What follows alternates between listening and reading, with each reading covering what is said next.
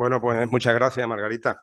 Eh, no jalas de mí, yo creo que es al revés, ¿no? Yo te guiño y tú me sigues. ¿Eh?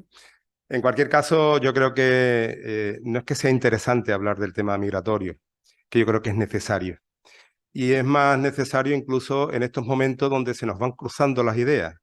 Estamos viendo el telediario y se nos mezcla algo que no tiene nada que ver y a continuación empiezan a llegar pateras y a decirnos que las pateras que están llegando a la Isla del Hierro, que aquello es una barbaridad y que la están trayendo a España y además alojan a los emigrantes, los alojan en hoteles, etcétera. Es mentira, lógicamente. Sí es verdad que están llegando. O la realidad que ya tenemos y que la hemos sufrido con la guerra de Siria y ahora la vamos a seguir sufriendo con todo el conflicto que hay en la Franja de Gaza y el bombardeo que existe por parte de los israelíes en todo el entorno. Eso hace que otra vez grandes masas se empiecen a desplazar. ¿Y a dónde van a ir? Pues principalmente van a ir a los países limítrofes y muchos, los más fuertes, querrán llegar a España o a vía Italia o por Grecia a lo que es Europa. El tema que nos trae hoy es precisamente olvidándonos un poco del significado del movimiento migratorio y todas esas grandes masas que vemos y que están presentes en la realidad actual, ¿cómo lo vemos nosotros? ¿Cómo lo entendemos? ¿Cómo los acogemos? ¿Cómo hacemos que se sientan y cómo nos sentimos nosotros estando a su lado? Hasta ahora siempre se ha dicho que el migrante llegaba a una patera, zarpastroso. No es cierto, la gran mayoría de los inmigrantes que se quedan aquí llegan vía aeropuerto de Barajas y sobre todo los inmigrantes que vienen de América Latina. Pero independientemente hay que poner también el énfasis de que muchos de los que llegan, como están en una situación administrativa irregular, no son ilegales, no están en una situación administrativa regular, son irregulares administrativamente. Pero desgraciadamente llega la política europea y lo que hace es que lo cogen y muchos de ellos terminan en un CIE, en un centro de internamiento de migrantes. Por esos centros han pasado más de 8.000 personas. Y lo peor es que no sabemos qué ha pasado con esas 8.000 personas. Y es más, en muchos de esos centros han muerto personas. Unos han suicidado, otros han sido asesinados, entre comillas, porque eso nunca nos enteraremos cómo pasó. Entonces yo creo que todas estas cosas las tenemos que poner encima de la mesa. Y nuestra capacidad de acogida, ya seamos creyentes, porque creemos que todos somos hermanos, o ya seamos filantrópicos, donde creemos que el mundo tiene que mejorar, yo creo que hay que ponerlo encima de la mesa. Por eso, la mejor manera de hablar de lo que significa la migración es a través de la conversación que vamos a tener con estas tres personas, ¿no? Tres personas que conocen muy bien el hecho migratorio. Lo he escrito porque creo que es interesante conocer la realidad, ¿no? Empezamos por el centro con Anarica. Anarica Ramos Campos nació de una familia humilde en un pueblo de Bolivia, en Santa Cruz de la Sierra, y llegó a nuestra ciudad en el año 2006. Tú me corriges si me equivoco porque he ido cogiendo un poco notas de varios sitios. Y llega como todos los que llegan a una ciudad nueva, con mucha ilusión, con una pequeña maleta, con un móvil y 50 euros. Cualquier migrante yo creo que vienen con un móvil y a la vez criticamos porque vienen con un móvil y los vemos con un móvil, ¿no? Bueno, pues eso era todo su equipaje y todo lo que traía. Y lo que traía además era regalos de su madre y de su hermano, el móvil y los 50 euros. Y como ella misma afirma, ya está a punto de cumplir la mayoría de edad en Jerez. El año que viene, en el mes de marzo, cumple sus primeros 18 años de jerezana. Así que casi ya decirte enhorabuena. Pero es que además ella ya juró la Constitución. Ahora que se habla tanto de que la infanta o la princesa va a jurar la Constitución, ella ya también lo hizo en el 2014, el 2011 creo. Su ciudad natal es una ciudad grande. Siempre pensamos en una aldea, ¿no? La ciudad natal de Anarica es una ciudad muy poblada, probablemente será la más grande de Bolivia, con aproximadamente 1,5 millones de habitantes, y ella ya vino estudiada. Ella tiene una carrera que es la licenciatura en comunicación social, pero una licenciatura que no está reconocida en España. Y ella, en vez de cruzarse de brazos, pues además de trabajar donde podía, ha estado cuidando personas, ha estado haciendo relaciones interculturales, pues encontró la oportunidad y se ha formado como mediadora intercultural y recientemente ha terminado el curso de experto. Es curioso porque después lo ve experto, no es experta, experto en intervención social y gestión de la diversidad en contextos locales en la Universidad Autónoma de Madrid. Y sus comienzos, lógicamente, como cualquier emigrante que llega a una ciudad extraña, no fueron fáciles.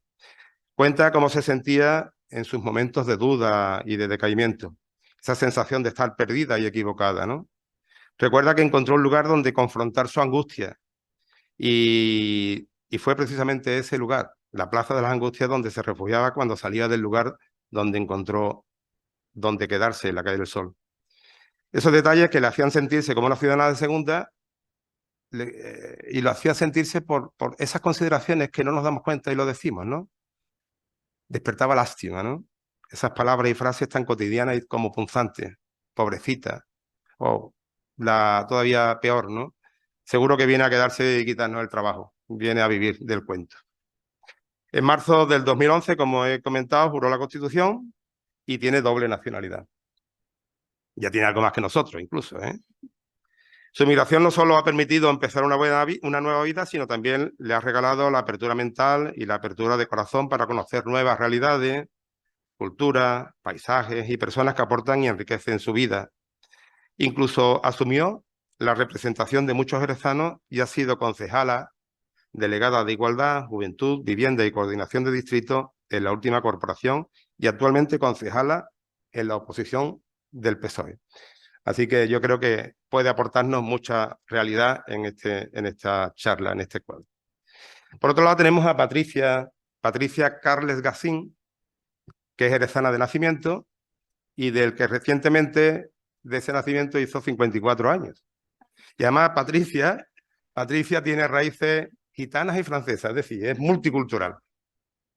Siempre ha tenido sentimientos muy arraigados con esa interculturalidad, ha colaborado con movimientos y realidades misioneras que le permitió conocer otras realidades de fe, y esto le llevó a abrazar la religión musulmana. Muy conocido en la ciudad porque se llevó 24 años, el que ya ha tenido nietos y niños, pues 24 años trabajando en la zapatería Los Patitos. Ahí estaba siempre Patricia con su sonrisa, hasta que cerró. Está casada con Ahmed Kaldi, un marroquí y musulmán de Casablanca, y a quien conocí en mi época bancaria, ya que ayudaba y era traductor de cuantos magrebíes se acercaban al banco.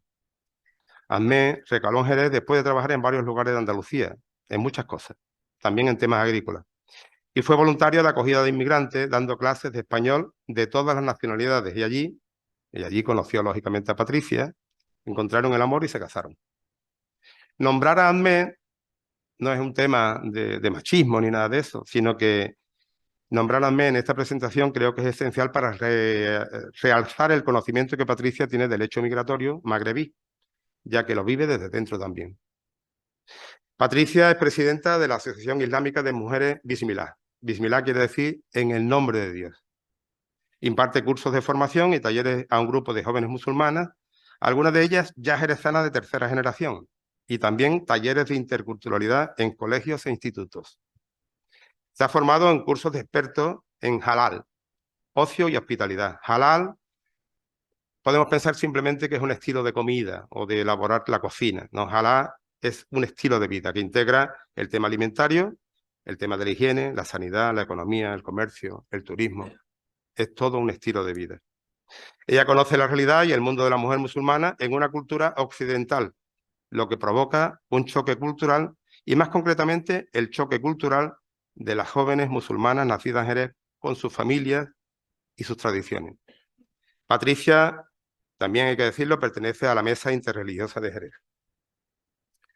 Y después, la tercera persona que nos acompaña es Juan Bautista de las Heras Millán.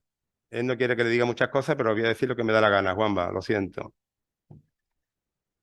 Y yo lo primero que diría es que podríamos decir también que es un migrante, porque Juan Bautista, aunque es español y por vocación, es un inmigrante, o un migrante, mejor dicho, ligado a su misión. Nació en Palomares del Campo, Cuenca, una población con algo más de 600 habitantes, Y aunque castellano de nacimiento, ya es andaluz casi por derecho, ya que lleva entre nosotros más de 56 años. Es hermano de La Salle, lo que le ha facilitado ahondar y tratar de vivir desde el sentido de la fraternidad y la solidaridad.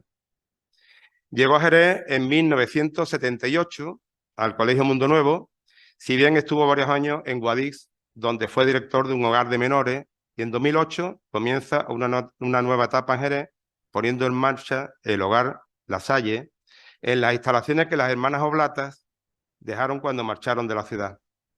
El hogar es una gran casa de acogida con numerosas dependencias para recibir a cuantas personas se acercan allí. Con ese propósito lo construyeron las hermanas Oblatas y con ese propósito se continúa la labor por parte de una comunidad de hermanos de La Salle, donde también se integran laicos con vocación al carisma lasaliano.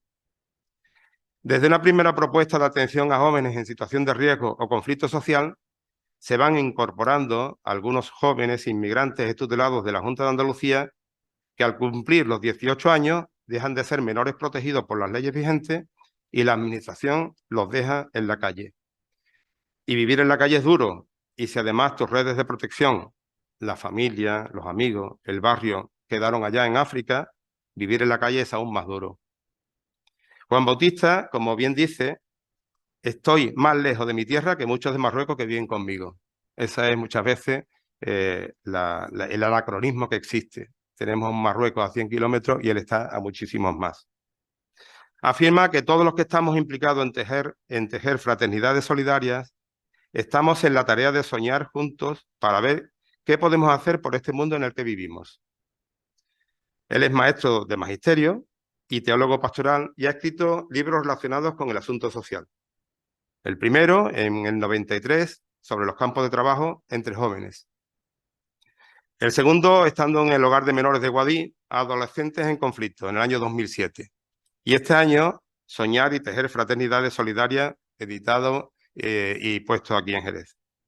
El hermano Juanba, como se le conoce, es un dinamizador nato, y con él he colaborado en varios proyectos y actualmente, aunque no quiera que se lo digamos, es una persona que congrega y es el presidente de la Conferencia Española de Religiosos en Andalucía, la Confer de Andalucía. Así que yo creo que, aunque ahora ha sido nombrado oficialmente, lleva mucho tiempo haciendo esa labor. Así que enhorabuena también, Juan. Bueno, yo creo que con esta presentación nos podemos sentir orgullosos. Tenemos un amplio conocimiento de las realidades, ¿no? Y yo quisiera empezar con Anarica. Y podéis participar cualquiera de los tres, ¿no? ¿Qué piensas de la mirada existente hacia el migrante en nuestra ciudad y de una manera más extensa en Andalucía, en España, en Europa? Una mirada mucho más allá de la de los titulares de prensa, que además en estos días con la terrible situación palestino-israelí, con los cayucos, como hemos comentado antes, o la inmigración ucraniana, lo que hacen es excitarnos a través de los informativos que van mezclando las ideas, pero parece ser que nos mezclan como si vinieran a invadirnos. ¿Qué piensas?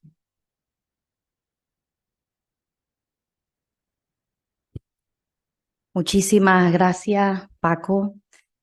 Muchísimas gracias a todas y todos los que estáis aquí, porque un jueves por la tarde, con el tiempo que tenemos, que bendita lluvia, por cierto, y tanta oferta cultural y de actividades tenemos también en la ciudad, pues habéis elegido estar aquí para conversarnos, dialogar sobre un tema que creo que más que nunca está en el ojo del huracán, ¿no? El drama migratorio.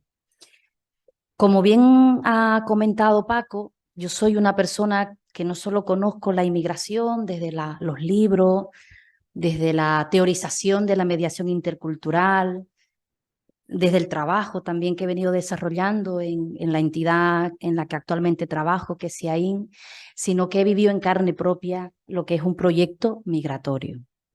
Y los tiempos de hoy creo que son más adversos que nunca, en mi opinión.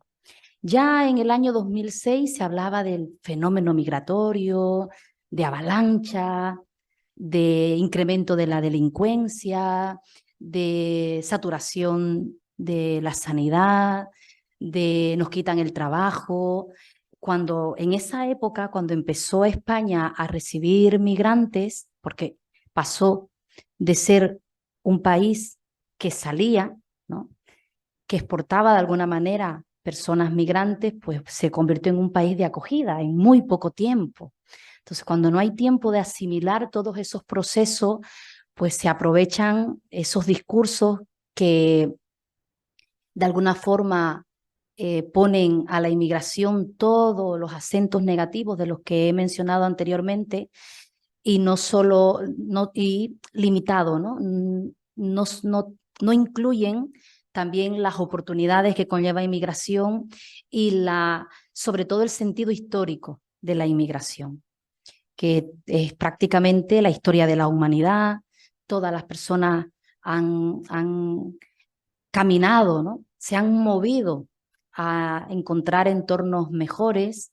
Sin embargo, el acento es en todo lo negativo. Y la mirada es, en mi opinión, uno de los principales elementos o muestras de la comunicación no verbal que te comunican o acogida, ¿no?, cómo nos miran, o rechazo. Yo creo que la mirada muchas veces dice más que las palabras. Así como la sonrisa es el lenguaje que acoge por naturaleza, independientemente de las culturas, pues la mirada también te comunica una actitud frente a la inmigración. Y aún así, diciendo esto, yo creo que aunque se empeñan algunos discursos en poner el acento en lo negativo, en la cotidianidad hay de todo un poco. Hay miradas que se posicionan en contra o rechazando porque desconocen y porque consumen los rumores, lo transmiten, y las actitudes puedan ser opuestas, pero aún así yo creo que hay más personas que miran con acogida, que el día a día, aunque a veces es duro, te encuentras con miradas que apoyan, que colaboran, movida por la justicia social, por la fe, por el prójimo, lo que les mueva dentro de sus corazones o de sus creencias, trabajan por y para la convivencia. Carlos Jiménez comentaba en uno de sus libros de mediación intercultural que quienes se posicionan en esa línea de la convivencia están forjando sociedad, porque las sociedades, nos guste más o nos guste menos, son multiculturales, pero no porque solamente haya presencia de personas de origen extranjero, porque la diversidad está presente en todos los territorios y no, en mi opinión, no se ha abordado la gestión de la diversidad. Entonces, cuando vienen las personas migrantes, lo que hacen es recordarnos que tenemos un desafío en la gestión de la diversidad.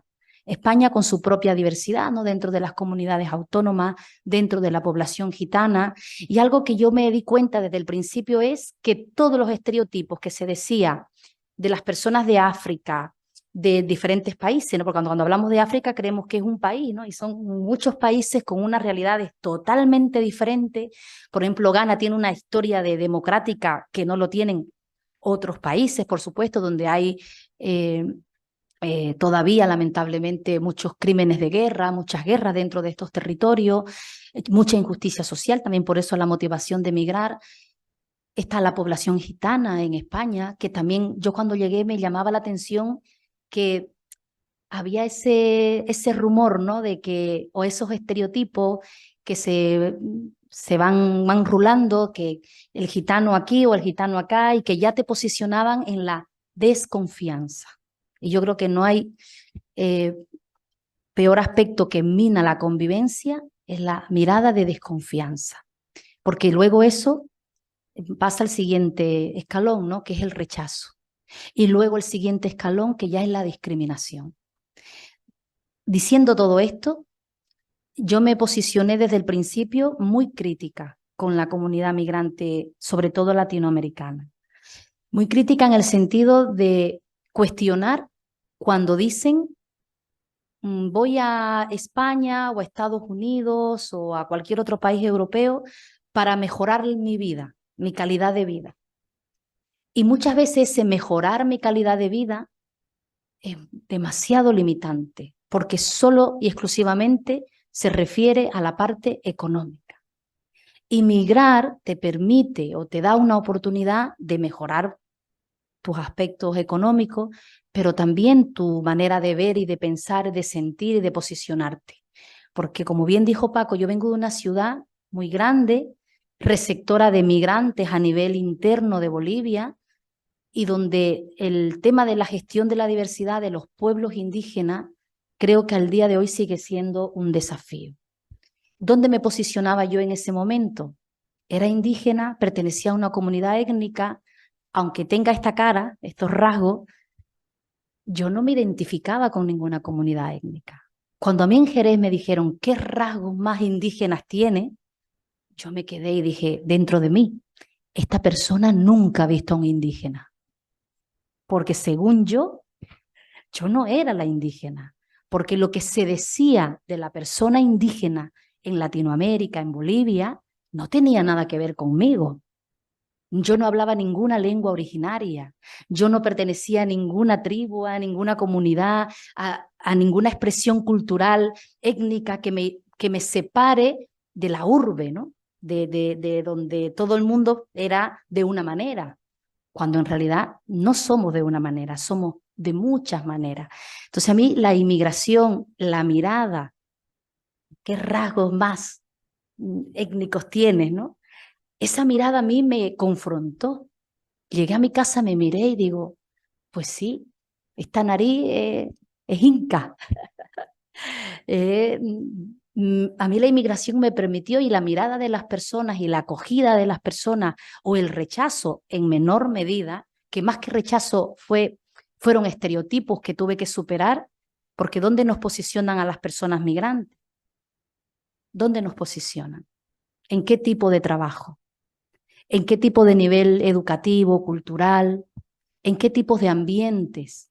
Entonces, he tenido que superar, pero desde entender para ser entendida, no juzgando, porque ya tenía la experiencia de Bolivia de justamente no mirar la diversidad existente. O sea, yo como cruceña no sabía nada de los pueblos indígenas. Sabían que era el 55% y ya está de la población. El 55%. Por eso ganó Evo Morales, porque se dieron cuenta de que eran mayoría y ahí tocaron la tecla. Esa fue la inteligencia del partido de Evo Morales, el MAS, de un sindicalista cocalero que llegó a ser presidente de Bolivia. Y no sé si destacaba más por otra cosa que por el jersey en Europa. No lo sé. Ya lo pregunto y ustedes lo comentan. ¿Cómo te recibí? Yo creo que en general me llamó positivamente la atención la expresión del jerezano y de la jerezana, la expresión popular de ahí tienes tu casa, para lo que te haga falta, aunque luego no vayas, pero se dice, ahí tienes tu casa. Y luego preguntaba la dirección y de verdad que una de las cosas que me sorprendió es que si podían me llevaban hasta la puerta. Una cosa, yo por lo menos impresionada, porque claro, yo no entendía, aunque hablamos el mismo idioma, no entendía muchas palabras, porque hay modismos propios de cada lugar, una forma de hablar más rápido. Yo creo que ahora hablo muy rápido y ustedes creen que yo hablo muy lento. Pues con mis compatriotas o ecuatorianos, bolivianos que me encuentro, después de 5 minutos yo digo, qué me va a decir? Porque se ha llevado 3 minutos saludándome, preguntándome por mi madre, por mi prima, por mi familia. Y yo me desespero y digo, ay, ay, ay, estoy ya más jerezana que nunca.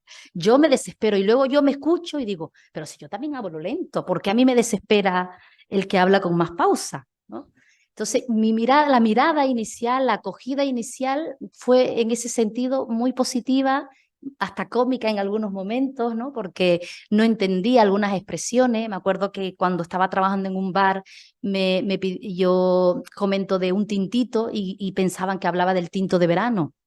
Y yo el tintito es el café solo, que luego tú le pones un poquito de agua hervida y es un americano. Entonces nos reíamos y intentaban conocer mi manera de expresarme, pero sí me chocaba que yo tenía que hacerme del todo a la expresión jerezana. Como que cuando hablaba de usted, por ejemplo, que yo a mi madre, a mi vecino, a mi vecina le digo don, doña, señor, señora, tuve con el tiempo que aprender que aquí esas expresiones eran como darle un grado de superioridad, poner una distancia, cuando en mi pueblo, en mi barrio, es una muestra de respeto, pero no de distancia, ¿no? Entonces yo a mi madre le sigo diciendo usted, por ejemplo. No puedo decirle tú. A los demás sí, ya puedo decir tú. Entonces ha habido un ejercicio de conocer, de adaptarme sin asimilarme. Y no es fácil, porque quiero que me acompañe también pues parte de mi esencia, de mi expresión, de mi identidad, porque la identidad no es algo estático, es algo que se va construyendo, ¿no? Como un mosaico que va creciendo. Entonces, por eso agradezco mucho esos primeros años que fueron difíciles, pero que encontré personas que supieron darme el tiempo para expresarme. Me gusta mucho esa expresión que tú utilizaste, que te ayudó un poco a encontrarte a ti misma, ¿no? Sí. En un momento determinado, toda... Y precisamente yo pensaba que por el simple hecho de ser mujer, quizás hubieras tenido más dificultades. Entonces, por eso quiero preguntarle a Patricia, ¿no? Enfocando la mirada hacia la mujer inmigrante y más concretamente la mujer musulmana, ¿qué puedes contarnos tú de ellas, ¿no? ¿Qué perfil suelen tener? Porque son distintas realidades, ¿eh? La de una sudamericana y la de una mujer musulmana o magrebí, para no meterlo ni siquiera con los marroquíes solo. Bueno, muchas gracias por la invitación y gracias a todos ustedes por la asistencia. Primero quiero también aclarar un poco, vamos a hablar de la mujer magrebí o marroquí porque es la que hay mayoría aquí en Jerez, pero también en Jerez tenemos varias nacionalidades que son musulmanas y no son marroquíes, aunque tampoco vaya a notar la diferencia porque más o menos van vestidas parecidas, ¿no? Pero tenemos mujeres de la India, de Arabia Saudí, de Siria, de Argelia, de Marruecos y de Pakistán. Todas estas mujeres están aquí, aunque no lo parezca, pero sí. Y no tienen nada que ver unas con las otras.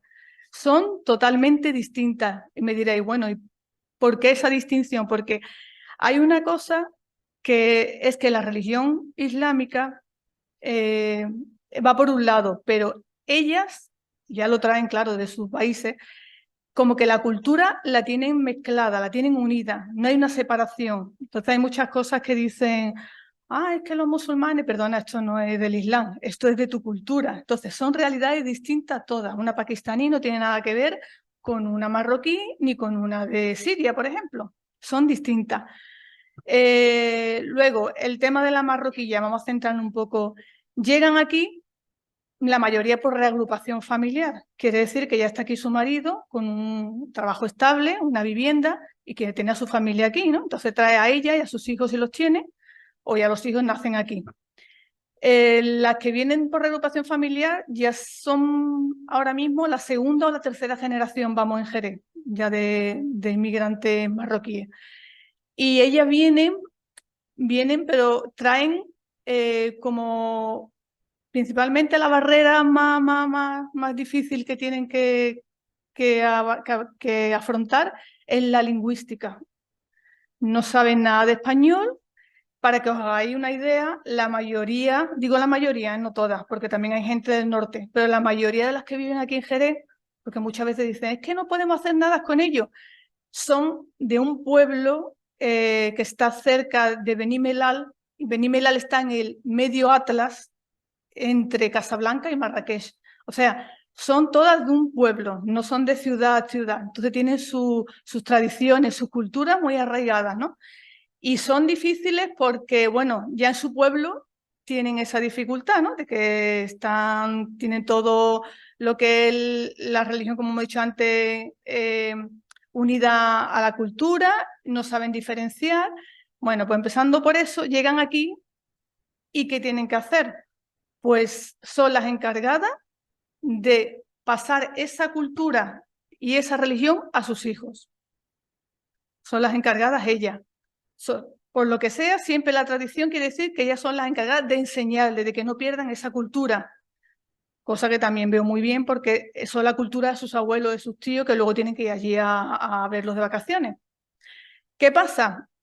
Que hay un choque cultural muy fuerte, porque primero no dominan el idioma, luego tienen que hablar con sus hijos, pero no saben lo que los hijos se van a encontrar fuera, ¿no? Entonces, algunos chicos me dicen, es que Patri, yo entro en mi casa y estoy entrando en Marruecos y salgo, y estoy saliendo y entro en España. Digo, uy, que debe ser cruzar tú la frontera en el día. Dice, es que no sé, yo no sé diferenciar. Digo, claro, pero un tanto, una cosa es tan buena como la otra porque se complementan. O sea, tú tienes que estar orgulloso de tu cultura, de tus padres, porque tú, si has nacido aquí, ya eres español, pero también tienes que estar orgulloso de tu cultura española, porque bueno, te estás enriqueciendo también de ella. Pero es muy complicado para ellos y para las madres más todavía. Son reacias a salir porque yo creo que una parte de la culpa de que se integren la tienen ellas. Yo hablo mucho con ellas, pero es que la tienen. Porque ya hay unos prejuicios marcados que se cree que todo el mundo los tiene contra ellas, ¿no? Y es muy difícil, es muy difícil. Lo primero que habría que trabajar es eso, de que no todo el mundo tiene esos prejuicios contra ella, pero claro, eso es poco a poco. Luego también tienen otro problema, bueno, que es la indumentaria, ¿no? Que si el tema del hijab, que si de la gislaba, que si la valla a las que vienen del Oriente Medio. Eso también a ellas le molesta mucho. Dice, es que a mí hay gente que me mira que parece que me está haciendo una radiografía de arriba abajo. Yo les quito importancia, le digo, no, hombre, es que ven que el traje es bonito, ¿no? Que va así un poco, pero es que es la realidad, sí, es que es la realidad. Muchas de ellas, yo no digo todas, porque además hay muchas que están súper integradas, pero la mayoría sí pasan ese tema. Y luego, claro, el desconocimiento por parte de la sociedad jerezana de acogida sobre el tema de la religión, que desafortunadamente tenemos unos medios de comunicación que todo lo que dicen es malo, es negativo, va marcando ahí y luego dicen ella, pero es que esto no es así. Digo, ya, pero ¿cómo se lo hace ver tú a la gente que están todos los días machacándolo, ¿sabes? Con cosas negativas y cosas malas. Pero bueno, yo creo que poco a poco se puede ir ya, por ejemplo, están participando los niños cantando villancicos, porque antes decían, es que no pueden cantar. Digo, ¿por qué no? Hay que explicarles, ¿no? Porque claro, ellos se creen que todo es harán, que es prohibido, ¿no? No, perdona, no todo es harán. A ver, esto, vale, vale. Cuando se lo explica, ya dicen, pues no, es verdad. Están mis hijos en una cultura que yo no tengo que excluirlos, ¿no? A ver, pueden cantar un villancico, si se quieren disfrazar de carnaval, pueden disfrazarse de carnaval, etcétera. Pero todo eso hay que trabajarlo, porque ellas vienen, ya te digo, de un sitio que ni han visto nunca nada de esto y los hijos pues le contarán lo que les conviene también, porque los niños son así. Y también van a las reuniones del colegio, que antes tampoco iban. Cositas así, mira, aunque no entiendas, ve, no pasa nada, pero que te vean que tú te preocupas por tu hijo, aunque esté escuchando como estuviera escuchando en alemán.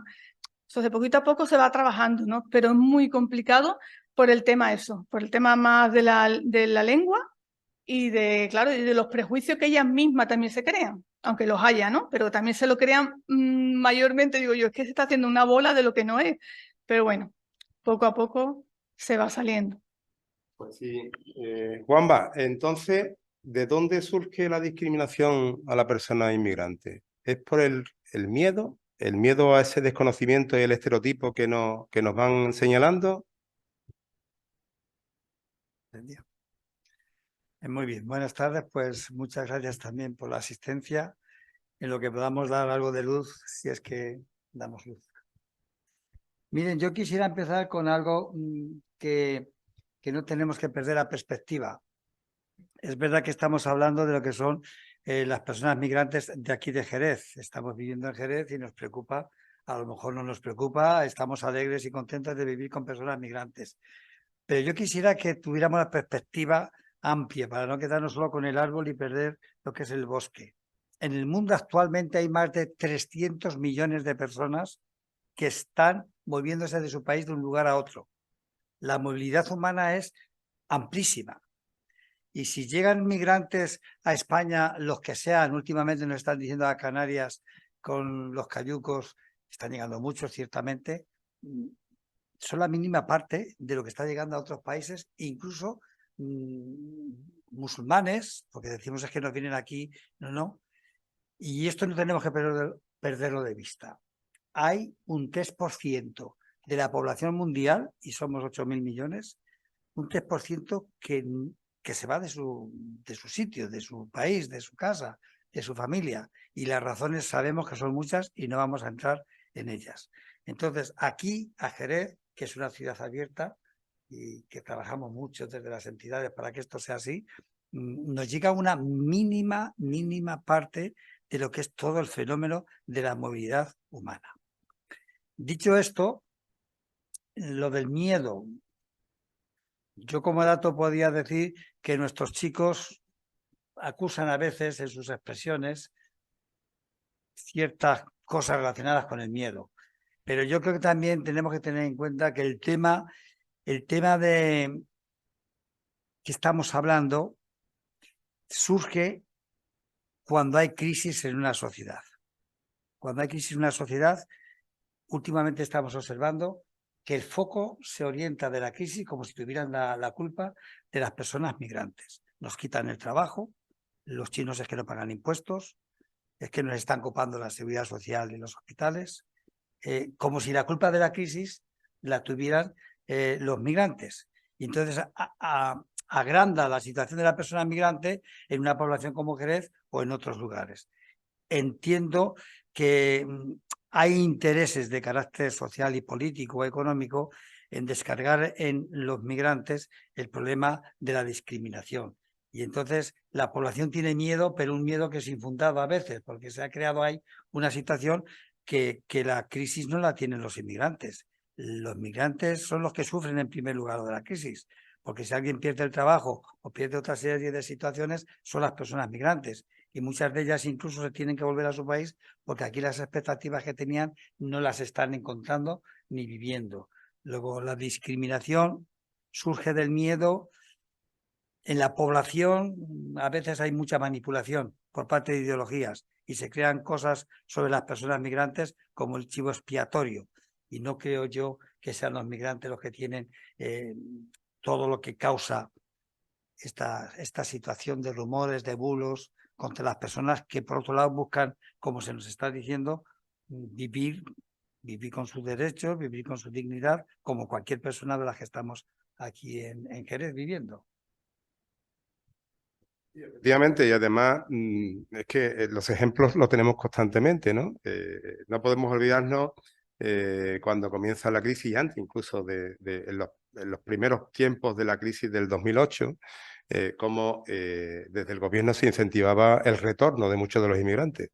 Que no es que le dieran una paga para que te fueras, ¿no? Es que ellos tenían derecho porque habían trabajado y la cotización le permitía un desempleo, y el desempleo lo que hacía era pagarse el retorno. O sea, muchas veces es que esos son los estereotipos que parece ser que se cuelgan, ¿no? En el tema sanitario, ellos tienen derecho porque están trabajando y están cotizando. El derecho a la urgencia es un tema que es universal. Si ya le vamos a negar el derecho a la urgencia a cualquier persona por el hecho de que está malo, esta sociedad yo creo que ya tendría que desaparecer prácticamente, ¿no? Yo estoy de acuerdo contigo, pero sí es verdad que nos van metiendo ese pequeño miedo de que es que como vienen tantísimos, bueno, pues que es que si nos ponemos malos no podemos acceder a la salud, se están comiendo los recursos económicos que hay para las personas que están en otra situación, se están quedando con los pisos. Daros cuenta las imágenes que llevamos 2 días o 3 días recibiendo en televisión de que los negros que llegan en los cayucos lo están hospedando en hoteles. Eso no es cierto. Puede ser temporalmente de que los que exceden del sitio donde están hacinando a esos migrantes que están llegando a la Isla de Hierro, pues lo sacan a otro sitio. Y muchas veces puro gestión económica de un hotel que está cerrado y va a encontrar unos recursos económicos con los cuales tirar hacia adelante. Es decir, que hay una transacción económica por medio, ¿no? Y entonces en ese aspecto, Anarica, por tu experiencia, ¿qué podemos hacer para conseguir una buena integración? ¿Aportar más herramientas? ¿Las herramientas que existen son suficientes? ¿O lo que tenemos que hacer es transformar nuestra manera de mirar al otro?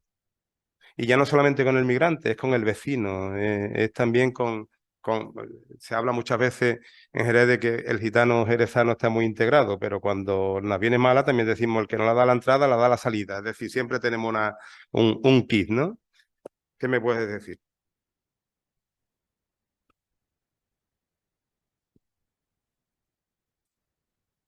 España, para ser justos también con la política migratoria y la gestión de la diversidad en España, en las finales de los años 90, a principios de los años 2000, por ejemplo, las grandes ciudades, ¿no? La capital Madrid, Barcelona, que eran las primeras ciudades que acogieron migrantes. Llegó muchísima población ecuatoriana, por ejemplo, peruana.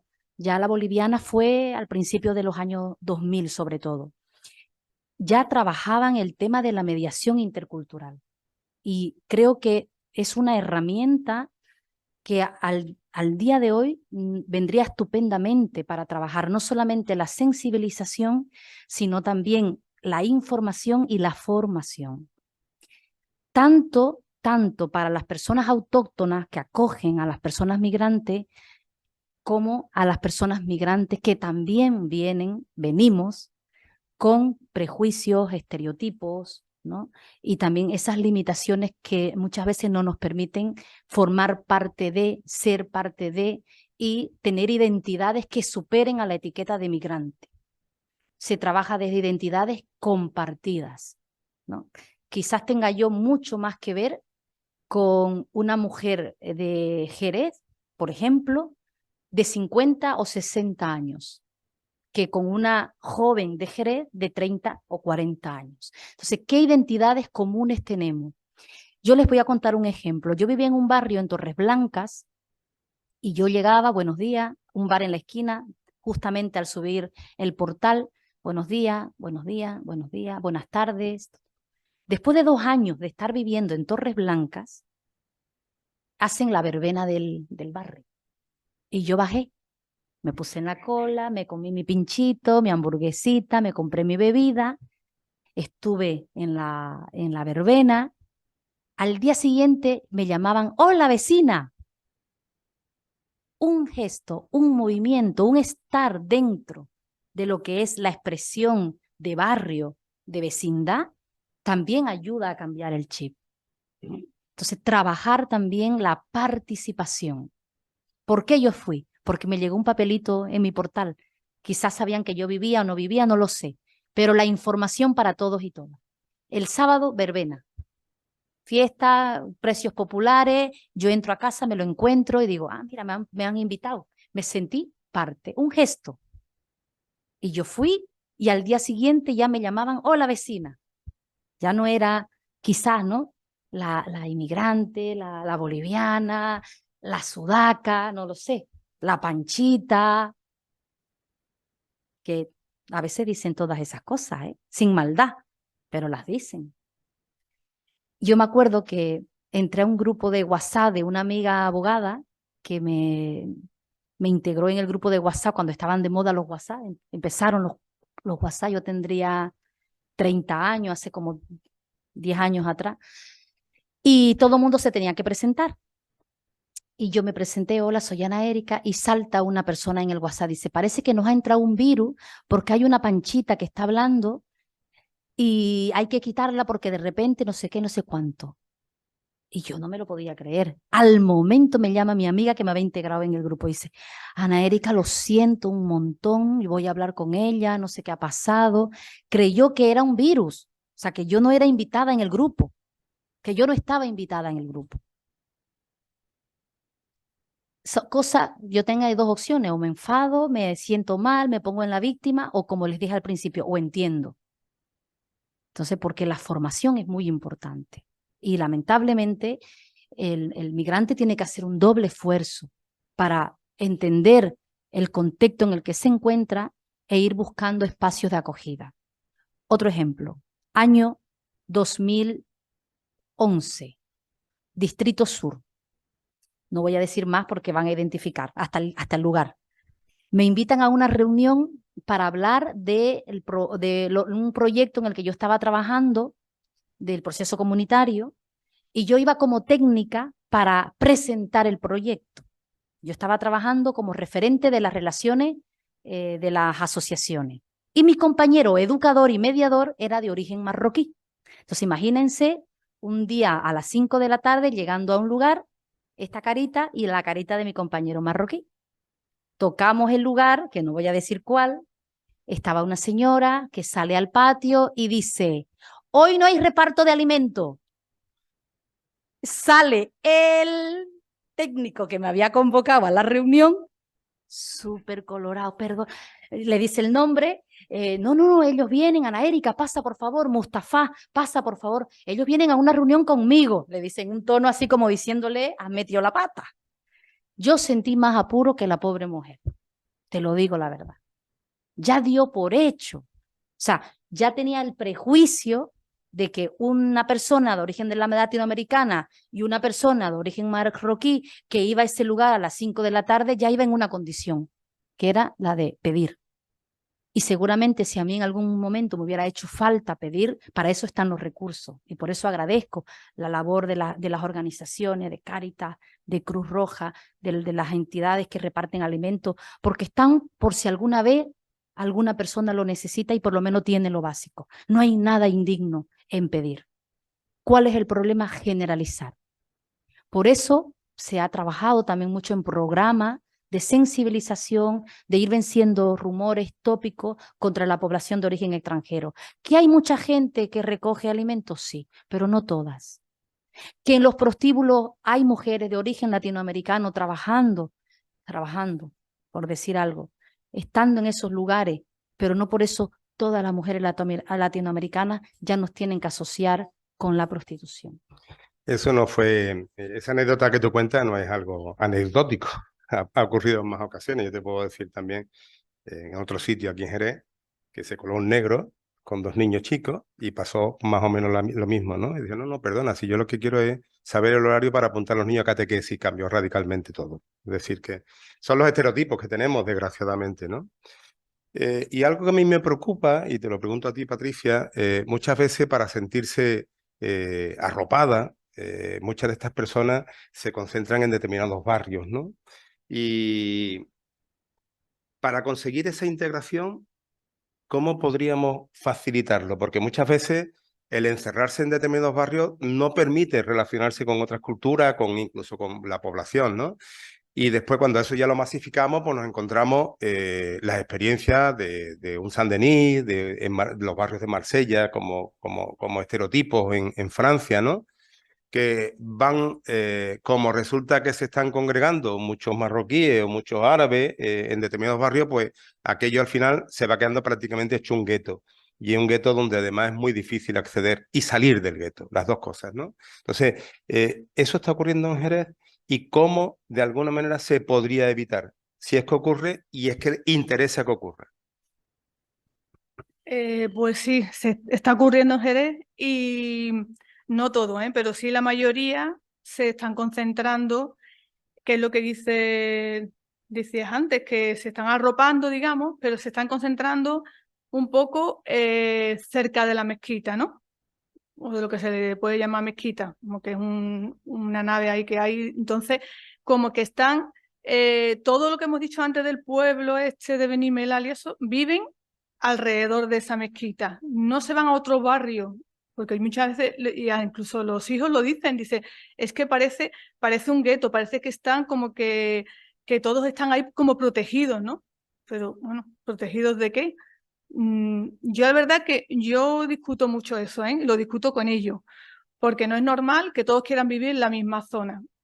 Porque lo que hacen es, como decías antes, Paco, pues se hace un gueto, ahí se queda todo, nadie sale de ahí, no conviven con vecinos españoles, entonces estamos en las mismas. Pero sí es verdad que está ocurriendo. Y ya digo del tema marroquí, las demás no, las demás nacionalidades no, pero el tema marroquí sí. Pero que también tiene que ver eso mucho, que son todos del mismo sitio y quieren estar como juntitos, protegidos de lo que le pueda pasar, ¿no?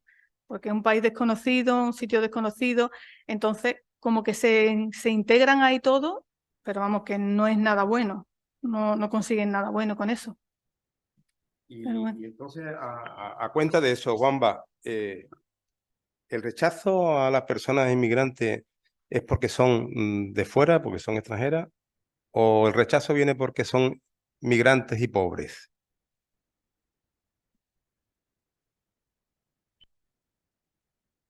Yo creo que es porque son migrantes y pobres, más que son pobres. Porque aquí extranjeros ricos que vienen a dar dinero, nadie les rechaza, les abrimos las puertas. Y si hay en el mundo del deporte o en el mundo que sea extranjeros notorios y buenos especialistas en lo que sea, son bien recibidos y aplaudidos. Ah, pero si eres pobre, aunque anecdóticamente veamos en el fútbol que a algún negro le llaman no sé qué, pero la tónica no es esa tampoco. Y eso surge en determinados contextos. También se lo han dicho a otros blancos, otros. Hay una filósofa que es Adela Cortina, que escribió el libro Aporofobia, que lo hemos oído hablar de él, o lo hemos leído incluso. Y ella habla de que lo que hay es una discriminación hacia el pobre, y se rechaza al inmigrante pobre como se rechaza en el chicle a personas que viven de aquella manera. Entonces resulta que lo que estamos rechazando es a la persona que vive empobrecidamente. Sea blanco, negro, sea de Jerez, o sea, antes de que viniesen los migrantes, Cáritas o la Cruz Roja seguía atendiendo a mucha gente. Y había mucha gente que vivía en la calle. Y sabemos muchas veces de cuando hay gente que está en la calle, cómo te quitas del medio por no rozarle siquiera. El pobre huele mal, va mal vestido, y entonces se rechaza a la persona por pobre. No porque sea migrante, porque vienen extranjeros, muchos extranjeros, pero si vienen en condición de turistas, estos son bien recibidos. Si vienen... Aquí hay un problema que yo creo que metes en berenjenales, que yo tampoco soy experto. Y es que vivimos en un mundo con un sistema que se llama capitalista o neocapitalista, o como los entendidos quieran denominar, que genera riqueza para unos pocos y se las ven y se las desean para lo que queda repartirlo entre los demás. Y entonces, este sistema lo que ha hecho es ir haciendo que la riqueza se concentre en pocas manos y mucha pobreza esté presente en muchísimos millones de personas. Entonces, estas personas tienen derecho a vivir con dignidad, tienen derecho a tener una vivienda, tienen derecho a tener una formación, tienen derecho... Y el sistema lo que ha hecho también es hacernos ver que las personas que son pobres, que encima son mujeres o que son niños, como no producen, no valen. Y no digamos nada de los ancianos. Y entonces son rechazados por su condición de esa situación socioeconómica, ¿no? Y ese es un sistema que, nos guste o no, vivimos todos de él. Todos tenemos móviles aquí en la sala probablemente. Todos tenemos móviles que han sido salidos sus componentes de diferentes lugares de otros continentes donde sí hay una explotación directa. Y todo esto lo que hace que, bueno, que rechacemos al migrante por pobre, no por ser migrante. El sistema nos está abocando a esa situación. Cuando vemos que el pobre se integra, ¿cuánta gente conocemos nosotros, africana, ya aquí en Jerez o de otros continentes, como Ana Erika, que ya se ha situado, se ha integrado? ¿La rechazamos? No, ya no la rechazamos. Tiene una formación, tiene una cultura, tiene ya un estatus y es un igual. Pero que no esté en esa situación como ella. Esta tarde ha estado esta mañana, ¿no? Ha estado una persona que conocemos porque ha estado en nuestros programas en el Hogar La Salle. Nosotros con mucha cordialidad y muy contentos de que viene a visitarnos, no ha ido a otra cosa, que yo sepa, ¿no? Por visitarnos, porque ha estado en cursos que ha hecho allí. Bueno, esta persona a lo mejor por donde vive o por con quien se relaciona, igual no es tan bien vista o tan bien acogida como lo podemos hacer nosotros. Su condición es que es pobre. Y eso es lo que yo entiendo que está en la base de mucho rechazo a los migrantes. Es que ese efectivamente es un problema, ¿no? Y además es un problema que se agrava muchas veces cuando metemos las religiones por medio, con lo cual ya le añadimos otros hándicaps, ¿no? Y porque el problema no es pensar diferente. El problema existe cuando hay una intención de ofender al que piensa distinto. No somos capaces de tender la mano y acercarnos, ¿no? Y en ese aspecto, Juanba, también me gustaría preguntarte, nosotros, tú, la experiencia que yo he tenido también en Cáritas, ¿no? Que hemos favorecido la preparación laboral para que la gente pueda encontrar, desarrollando sus capacidades, un empleo. Si eso se va en la misma línea de los derechos que tienes que tener simplemente por ser un empleado. ¿El empleador te mira distinto y te trata distinto por ser extranjero? Sobre todo en algo que le hemos dado muchas veces salida a los jóvenes migrantes, ¿no? En el tema de la hostelería. Me gustaría saber cuál es tu experiencia y la experiencia por lo que vosotros conocéis, ¿va? Para no centrarnos en una persona concreta. Puedo decir que los cursos que, por ejemplo, damos allí en el hogar, como los dan en otras instituciones, nos llegan personas que entre sí no se conocen y el proceso de formación les hace que se integren con una normalidad gente y personas de diferentes lugares y diferentes países. Para mí yo creo que eso es positivo. Otra cosa es lo que nos encontramos cuando ya van a trabajar a las empresas o van a otros lugares, ¿no? Sabemos que no solamente ocurre con los extranjeros, ahí está lo de los pobres, que les contratan 4 horas y les exigen trabajar 8. Eso ya se está dando ahí una discriminación en el ámbito laboral. O a veces se podría exigir más a uno porque es inmigrante, porque este es de otro país y parecería que tenemos más derecho de explotarle que a otros. Este tipo de situaciones se dan. Ha habido en algún momento que hemos tenido que intervenir con alguna empresa porque querían que estuviesen trabajando sin contratarles. Alegaban que por lo menos tenían la oportunidad de tener dinero, que es lo que quiere el inmigrante. Estaban haciendo un favor Y encima. entonces, sí, le estaban haciendo un favor. Y entonces hubo que intervenir en su momento y decirles, mire, los chicos van a dejar de venir aquí porque ustedes o les contratan o esto es una injusticia manifiesta. Esto es explotación pura y dura. Además, estos tienen derecho, como cualquier otra persona, para que se le contrate. Este tipo de cosas es lo que yo puedo decir. En Jerez, como ciudad abierta, ya lo decía antes,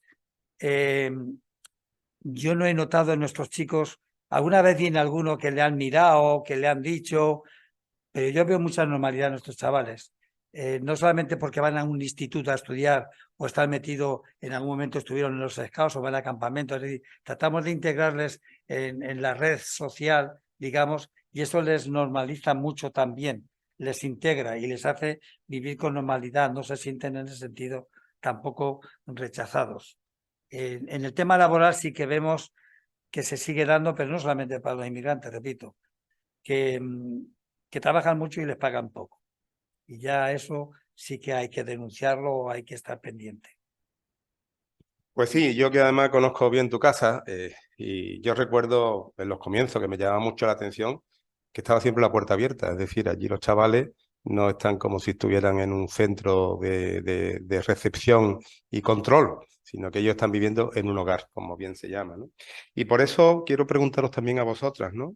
En el caso de la mujer siempre es más difícil todo, pero sobre todo, ¿cómo afecta en el núcleo familiar que la mujer migrante, ya sea sudamericana, ya sea musulmana, esté más o menos integrada en el país de acogida?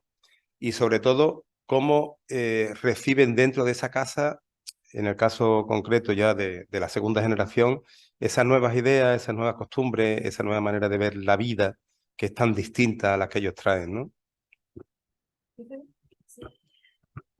Bueno, yo puedo hablar por el grupo de jóvenes que tenemos, ¿no? Tenemos casi 30 jóvenes musulmanes nacidos aquí con sus familias y sí os puedo decir que, bueno, hay un choque cultural súper fuerte, por no decir otra cosa, con los padres, pero porque los padres no entienden a lo mejor lo que los hijos quieren y lo que los hijos expresan. Muchas me paran y me dicen, por favor, arréglame a mi hija. Digo, bueno, ni que yo fuera un taller de mecánica, arréglamela porque está perdida. Digo, no, tú ya no estás perdida, la que estás perdida eres tú.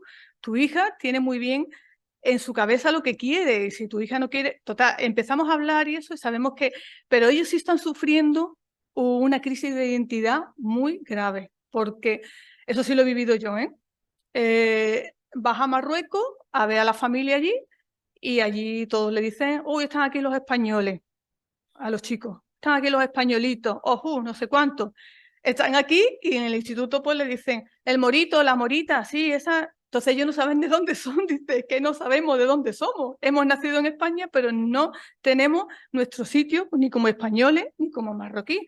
Y es una crisis que se va comiendo, como digo yo, se le va el rum rum ese, le va dando, y es muy difícil. Yo hago talleres con ellos, intento un poco suavizar la cosa, pero es muy complicado. Y encima también tienen que lidiar con el desconocimiento de muchos profesores, que eso sí que es verdad que está pasando, que yo he ido ya a hablar con algunos, porque el otro día una chica me dice, mira lo que me ha pasado, porque claro, se desahoga mucho conmigo, ¿no? Porque saben que tampoco yo cuento nada a los padres, hago un poco de, porque si no, no se podría vivir, ¿sí?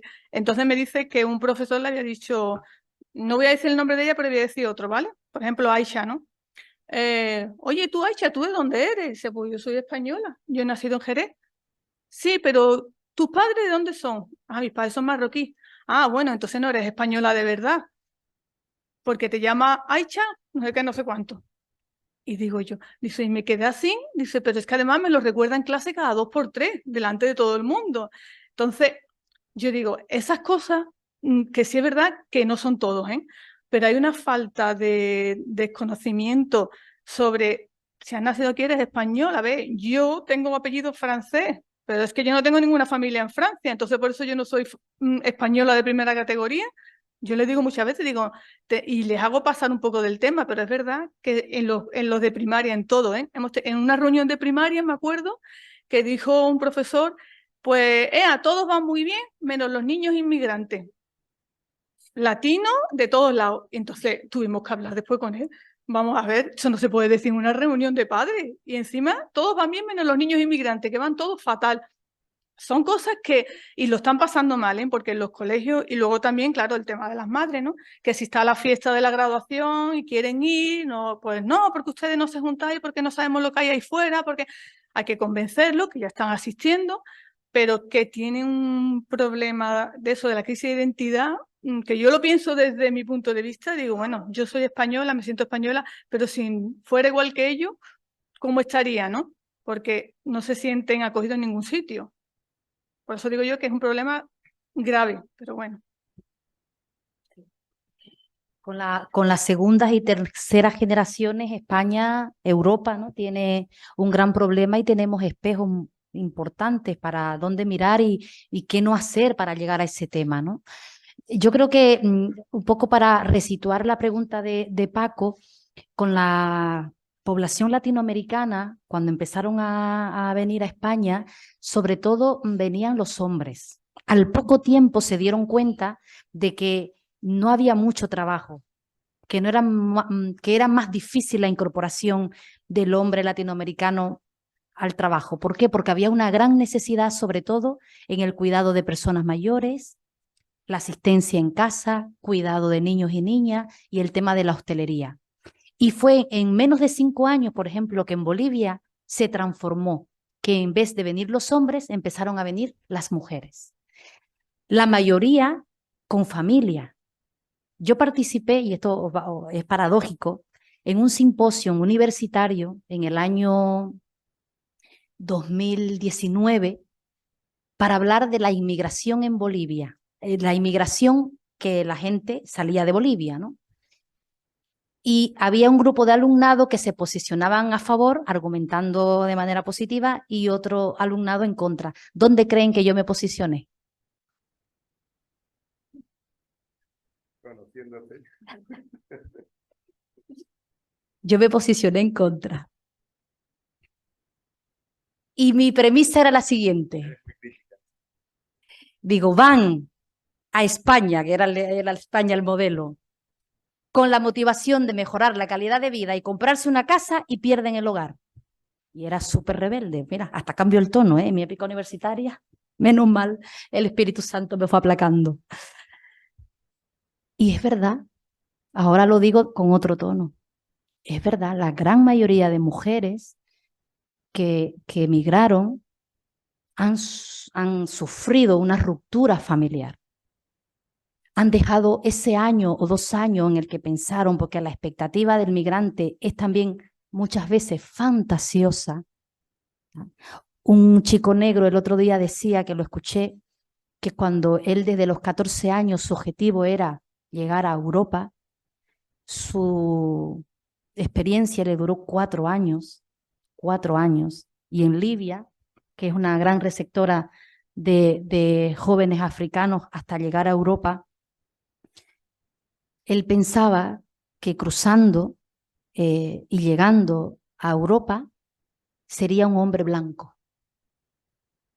Ese era su imaginario. Era un hombre blanco, por lo tanto, un hombre exitoso. El migrante de Latinoamérica no piensa que ser un hombre blanco, pero sí el éxito, sí el héroe, sí el que va a salvar a la familia, va a llegar a mejorar la calidad de vida. Por eso algunas personas pasándola mal no retornan. Porque, ¿qué voy a decir? Que he fracasado. Entonces, tú puedes fracasar en cualquier proyecto. Y el proyecto migratorio es un fracaso, es un aspecto más de la vida, como el matrimonio, como no, que todos vivimos fracasos, luego son grandes enseñanzas, depende de cómo lo enfoquemos. Lo que no podemos engañarnos es que nuestro proyecto migratorio no es nuestro proyecto vital. No puede ser nuestro proyecto vital exclusivamente. O sea, hay más vida después de la inmigración. Entonces, mujeres que pensaban que en un año iban a reagrupar a su familia, ese año se ha convertido en 4, 5, 8, 10 años. Entonces, el niño o la niña que tenía 3 años lo han logrado reagrupar finalmente, pero ha venido con 10, 12 años y ha sido durísimo, porque ha empezado a conocer a su hijo o su hija y a su madre, y también viviendo un duelo por dejar a la abuela, a la tía que le crió. Y eso también es una resiliencia importante mental y emocional que las familias lo sufren. Por eso se ha escrito mucho sobre el duelo migratorio, el estrés postraumático, el síndrome de Ulises. Lo que pasa es que yo creo que desde las políticas, ahí entro a saco con la responsabilidad de los gobiernos, de que si en un centro educativo hay mayor presencia de niños migrantes, ese centro educativo debería contar con más recursos, porque está formando la sociedad del mañana. Nuestra juventud, nuestros vecinos, nuestras vecinas, nuestros ciudadanos y ciudadanas, que se van a posicionar frente a los dramas y situaciones y retos, ¿desde qué manera? Desde el joven que no se siente ni de Marruecos ni de España, desde el latinoamericano que es español, habla el idioma, pero tiene la etiqueta de sudaca o de no sé qué. ¿Cuál va a ser la identidad que vamos a forjar? Porque ahí tenemos que trabajar desde las políticas públicas, desde las administraciones, y no dejar esa tarea en manos de las entidades sociales, que son las que están verdaderamente abordando esta problemática. Está ya haciendo sociedad, las entidades sociales. Esa es una realidad que creo que lo conocemos los 4 que estamos aquí en la mesa, ¿no? Y yo quiero recordar con Juanba en Tánger y en Ceuta, que nos encontramos allí con un grupo de migrantes que estaban prácticamente preparando lo que era el salto, ¿no? Y yo recuerdo a 2 chavales que su ilusión era que viniera a Jerez y que yo lo enchufara, porque lo que querían es ser una estrella de fútbol. Bueno, cada uno tiene su salida en la mente, ¿no? Y sí es cierto de que esa realidad que tú dices, donde en una escuela donde hay un mayor número de inmigrantes hay que poner más recursos, pasa exactamente lo mismo. Esas escuelas en determinados barrios pobres que necesitan un mayor número de inversión, ¿no? Una mayor inversión. Porque si no, volvemos a hacer lo mismo. La gente van allí desmotivada, aquello se convierte en un centro distinto a lo que puede ser un centro de enseñanza, etcétera, ¿no? Y yo creo que el reto es importante, pero sobre todo las políticas públicas, y yo estoy muy de acuerdo contigo, desde lo público se deja caer toda esta parte de esta responsabilidad en organizaciones del tercer sector, y no puede ser. Esta mañana le ponía yo un WhatsApp a Santiago Yerga, precisamente, supongo que conocéis Santiago Yerga, es el director general de Migraciones de la Secretaría de Estado de Migraciones, jerezano, lo conocemos muchos de nosotros, un tío fantástico, y gracias a él, bueno, pues se ha conseguido la reforma de extranjería, que no es la que pretendemos, pero que por lo menos la ha sabido mover, ¿no? Y lo llamaba precisamente para que nos diera su visión de lo que está ocurriendo, porque lo que nos trasladan no tiene absolutamente nada que ver muchas veces con la realidad que está sufriendo y el desgaste que están sufriendo las personas que viven en una determinada población, con lo cual podemos entrar en contradicción, ¿no? Y el tema concreto de la responsabilidad, que dejen caer la responsabilidad en organizaciones de ese sector, yo creo que también nos estamos equivocando, porque estamos creando un monstruo de sistemas, de organizaciones que están creciendo rápidamente, pero a la vez están consumiendo muchos recursos. Y al final lo único que estamos haciendo es limpiar un poco la imagen y los resultados no son buenos. Y enfocaba o recordaba, ahora cuando tú comentabas esas historias, lo que empezamos a vivir con la crisis financiera del 2008, cuando muchos de los sudamericanos, y salían en televisión casi todos los días, parte de los recursos de su ahorro, pues decían, bueno, yo me quedo en Jerez, perdón, me quedo en España y con ese me compro un piso, que además como se lo compró en plena ebullición del ladrillo, pues lo compraban bastante más caro del valor que existía, pero llega la crisis, se quedan en desempleo y tienen que lo echan. Hay un alzamiento de esa vivienda y prácticamente el desahucio, y ya se plantea un problema mayor, ¿no? Entonces, tenemos mucha responsabilidad en decirles a las personas que vienen, nosotros que somos en principio los acogedores, la cruda realidad, que no va a ser muy distinta de la que están pasando los mismos autóctonos, los mismos españoles. Por eso yo te preguntaría, Juanba, ¿nos hacemos cargo del coste que supone dejar su país de acogida para llegar aquí? Es que eso tiene que estar marcado a sangre y fuego en su alma, ¿no? Como bien decía Ana Erika, dejas tus redes, dejas tus personas queridas, tus amistades, tus padres, tus hermanos.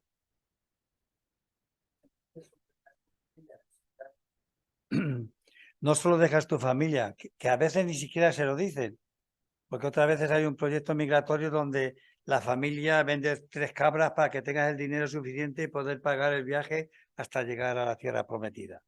El tema es que muchas veces se van sin decirlo a la familia, con lo cual ya hay un trauma en ellos. Hay un tema que ahora, curiosamente, los chicos en el hogar tenemos mayoría subsaharianos. Y en las comidas no lo había visto yo este fenómeno en años. En la comida es que nos están contando todo. De lo que pasó cuando iba por el desierto, de cuando llegaron a Libia, de cuando estuvieron en Mauritania, lo que les pasó luego en Marruecos, y van hablando, van diciendo, van contando con una espontaneidad en un español a veces no muy aclarado, pero nos vamos enterando también. Hay un ambiente en el que está aflorando un poco todo lo que llevan dentro. Ese es el coste. Han sufrido mucho estas personas, ¿eh? Es decir, estas personas han visto compañeros que han muerto en el desierto y les han tenido que dejar. No nos hacemos una idea de lo que es que te lleven 5 días acompañando a una persona que se muera por lo que sea y que tú no te lo puedes llevar porque tienes que seguir avanzando y que como pierdas el avance te va a ocurrir lo mismo que a él y dejarle allí sin enterrar hasta que lleguen los chacales o quien sea y a saber qué es lo que pasa. Eso son experiencias duras. Eso tiene un coste en la persona.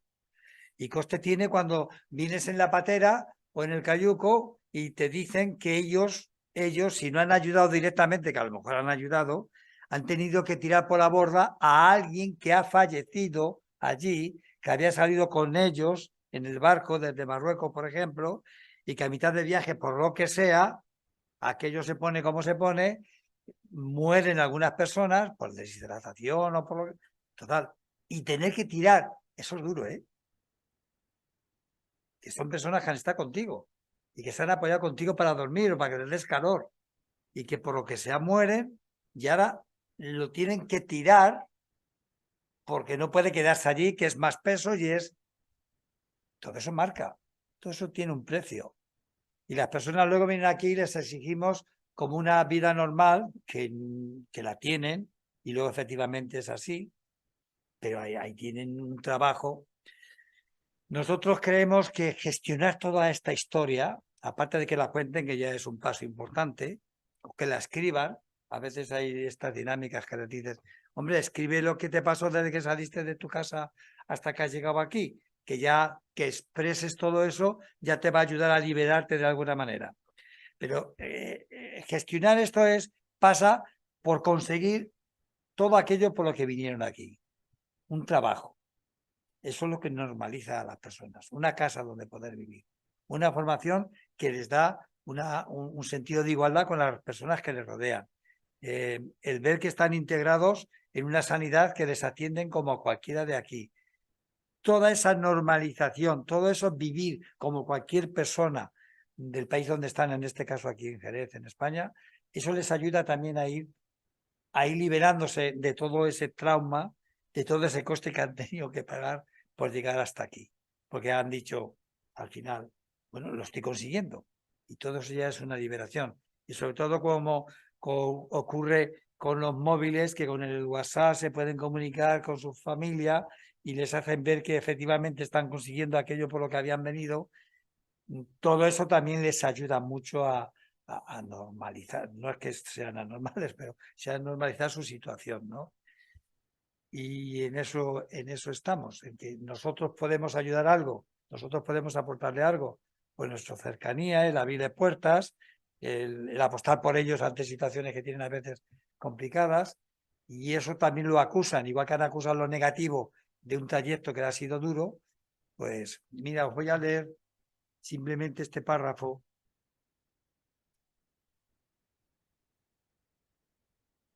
Nadie me comentó que este camino iba a tener tantas dificultades. He pasado hambre, sufrimiento, robos.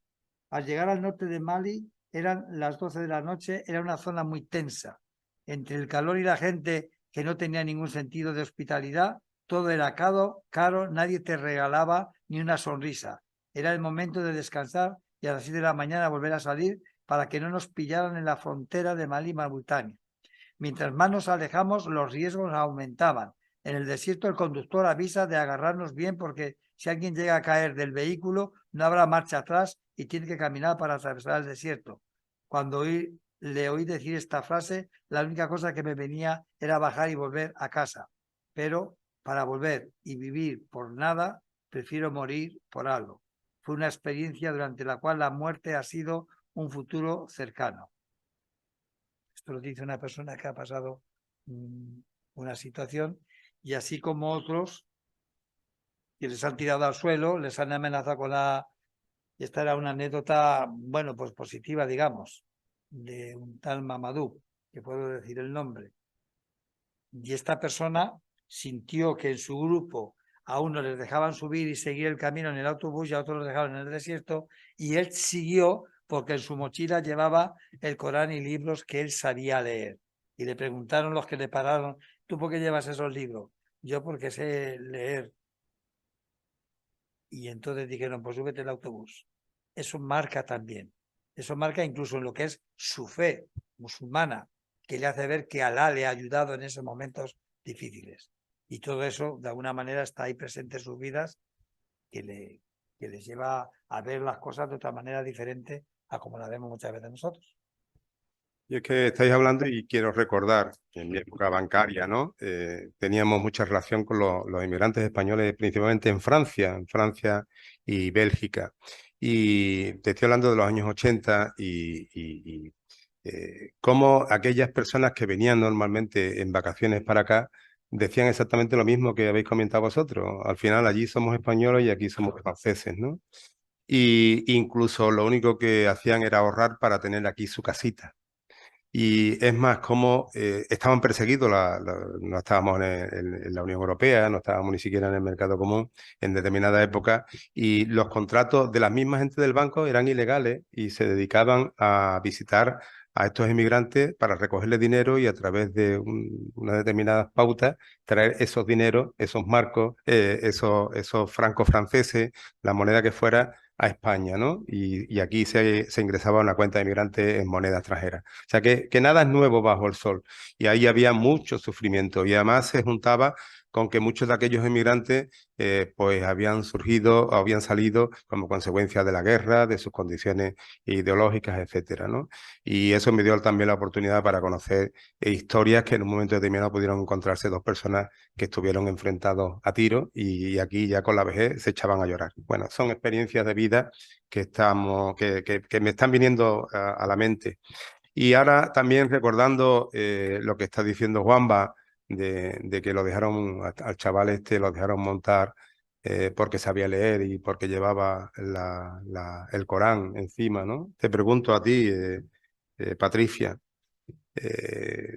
tú jerezana, pero musulmana, no sé, no creo que tú vayas primero no vas vestida al uso, ¿no? Pero cuando alguien conoce que es musulmana, tú notas cierto, yo no te voy a decir rechazo, pero sí cierto, a ver, ¿no? Es como si en la tierra de María Santísima, bueno, pues tú fueras un bicho raro. Bueno, pues no, porque voy a contar la anécdota ya. Es que en mi familia hay una diversidad, ¿no? Y somos 6 hermanas, la mayor es monja católica, yo soy musulmana, la tercera es atea, la cuarta atea, la otra agnóstica y la última es medio no sé qué.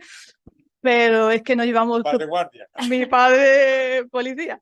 Y nos llevamos estupendamente, mi primo cura, y entonces nosotros que no diferenciamos a las personas por la religión, al contrario, nos complementamos, ¿no? De hecho, hoy quería comentar, traía en mi mente que Su Santidad el Papa ha propuesto para mañana una vigilia de oración, penitencia y ayuno, pero se la ha propuesto a todas las religiones, incluso a los ateos y a los agnósticos, ¿por qué no? No, a lo mejor no hacen la oración porque no creen, pero bueno, una penitencia con alguien, un ayuno, es que es algo que yo creo que hay que vivirlo. Yo nunca he sentido rechazo de nada, vamos, al contrario. He podido hacer cosas gracias a los conocimientos que tengo de las dos partes, de las dos culturas, de las dos religiones. Entonces, yo puedo llegar más a ciertas cosas que no otras que... Y yo creo que es un complemento, vamos, y de hecho, los chicos que tengo en el grupo ya ven la Semana Santa de otra manera, entran en una iglesia, es que son cosas que muchas veces es por ignorancia y porque dice, bueno, no, hay que conocerlo.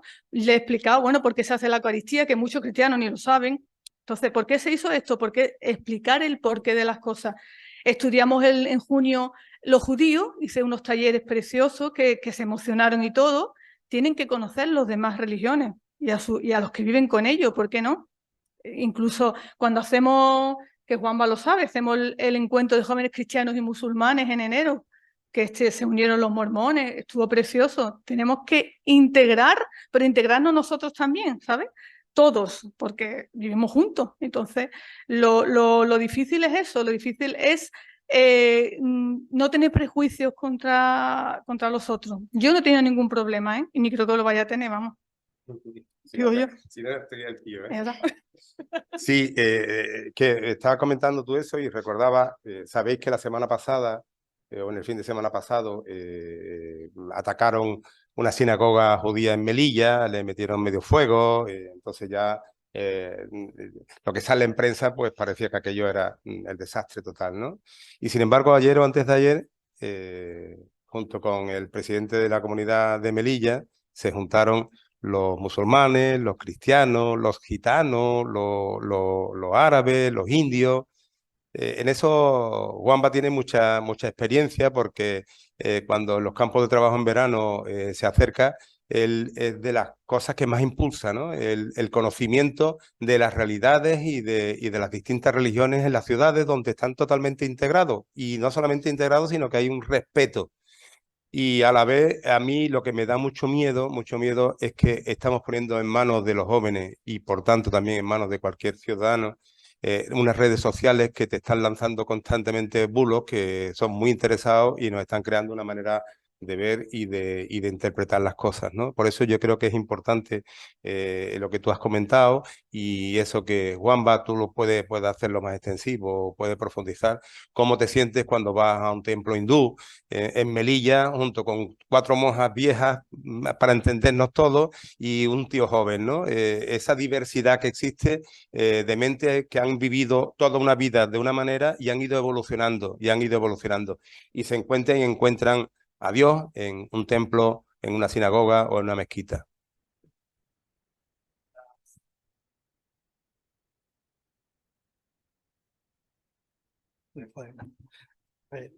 Aquí hay un tema que ya que lo sacas, sí quisiera incidir, es el tema de las redes. Porque aquí estamos en una charla donde oímos cosas de las personas migrantes, podemos ir bastante informados o desinformados a lo mejor, pero ya está. La pregunta que siempre yo me hago, ¿y qué podemos hacer? Porque aquí de lo que se trata es al final de integrar a las personas que nos vienen de fuera en la misma situación que cualquiera de los que estamos aquí. Y en esto las redes sociales tienen mucha importancia y las redes que construyen ese tejido social son muy importantes. Antes has dicho de Patricia lo de la mesa interreligiosa, que por cierto en los inicios estaba Ana Erika. Porque se descubre, parece ser, sobre todo en una España un poco de aquella manera a veces anticlerical o un poquito así como rechazando lo religioso, se descubre que si hay personas creyentes en una sociedad, igual hay que darles un poco de participación y de voz para que se normalice la convivencia allá donde están estas personas, como es la zona sur de Jerez. De eso tú podías hablar más, ¿no? Y los campos de trabajo, por ir al tema que tú decías, estos campos de trabajo intercongregacionales, que aquí hacemos algunas cosas que yo he copiado de allá, de Melilla en concreto, entendemos siempre que estar en la realidad, oler, tratar con las personas. Yo cuando he estado en una mezquita en Ceuta este verano y he llevado al grupo de religiosos y religiosas y una de aquí de Jerez, una persona que vino, y allí van a la mezquita y se sientan y el imán empieza a explicarles cómo entienden la vida ellos desde su fe y empiezan a nombrar los elementos fundamentales. Nos marchamos de la mezquita y decimos, oye, que nos ha llegado esta persona con su mensaje. Y resulta que ya empezamos a quitarnos esquemas que pudiésemos tener. Y tú vas al templo hindú, porque lo que hacemos es la ruta de los templos. Vamos a una iglesia católica, vamos a un templo hindú, vamos a la sinagoga, vamos a la mezquita. Todos son espacios donde allí van personas que entienden que desde su fe se les va a iluminar para llevar una vida mejor. Mejor para él y mejor para los demás. O mejor para ella y mejor para los demás. Entonces, el tener la experiencia esa es muy interesante. Porque esto te quita muchas barreras de lo que es las otras religiones, como que son falsas o que me parece que esa no dan la solución que tu religión sí da. Todo eso relativiza un montón de elementos que es muy bueno. Nosotros tenemos en Melilla la experiencia de un colegio que lleva allí más de 100 años, donde allí hay alumnos musulmanes, cristianos, hindúes y judíos. No me extrañaría que en esto que han hecho estuviese también la Salle por medio, porque es lo que vienen haciendo desde hace más de 100 años, ¿no? Es en la clase donde se ha normalizado muchísimo en el tema de los religiosos. Ya han sido judíos y musulmanes los que, yendo incluso a clase de religión, porque quieren ir a clase de religión, dicen sus padres que para eso van al colegio, que ya de la fe ellos les hablarán en su casa. Y esa es una cultura de interrelacionarse unos y otros donde se crea convivencia, donde se crea tolerancia y donde se crea. Cuando vamos nosotros en verano con hombres y mujeres, ahora empiezan ya a ir seglares, porque habíamos dicho solamente religiosos, empiezan a ir seglares y empiezan a vivir esa normalidad de las culturas, de las religiones, cuando se vienen a la península traen otra visión de las cosas. Son 15 días donde se ha experimentado que las cosas no son de la manera que muchas veces nos han vendido aquí.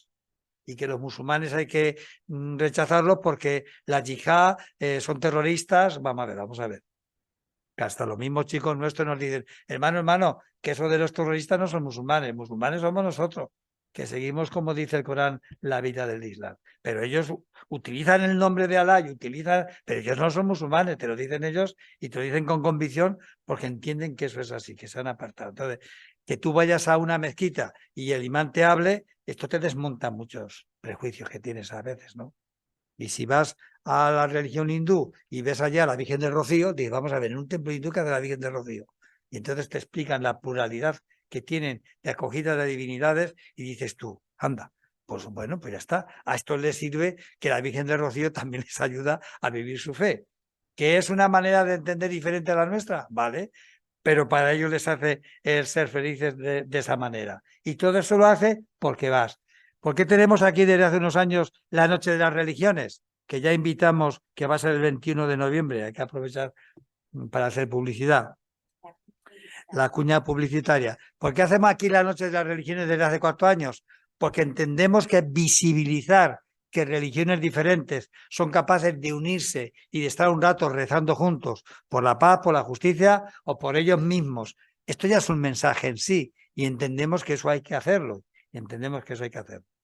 Igual que en el ámbito social, determinadas protestas a través de los círculos de silencio que hay en el resto de España o los círculos de la fraternidad aquí en Jerez. Salir a la calle de grupos diferentes, de creyentes diferentes y que defendemos que haya un mundo mejor, esto ya es un mensaje.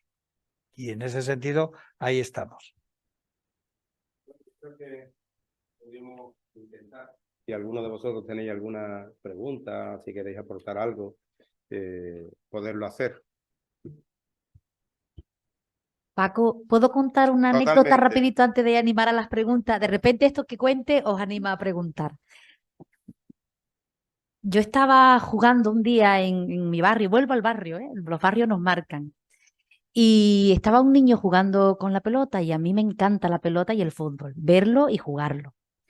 Y entonces comienzo a jugar con el niño y luego me lanzaba el balón, yo le devolvía el balón, el niño ya nos conocíamos porque éramos vecinos.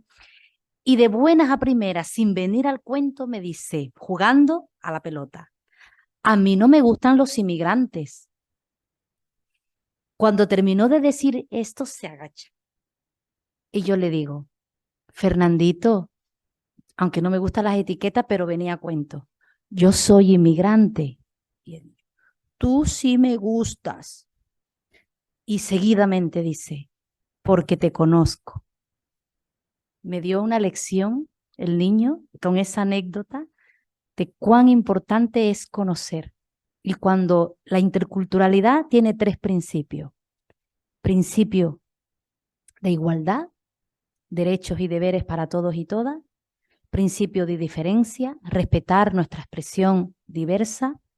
Y principio de interacción positiva. Y ahí flaqueamos mucho. ¿Qué política, qué acciones fomentamos en nuestra sociedad para promover esa interacción positiva que genere conocimiento y, por lo tanto, el respeto?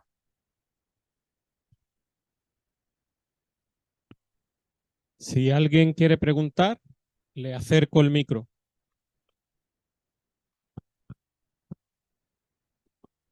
Yo no sé si hay soluciones o no quieren poner soluciones. Es un escollo histórico, no de ahora.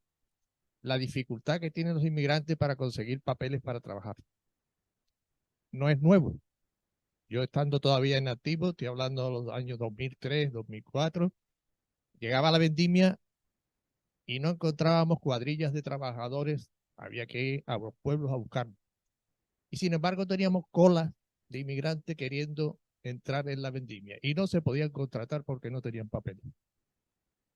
Entonces, hay un rechazo o hay un freno por parte de las administraciones para frenar la inmigración a base de poner dificultades en la obtención de papeles.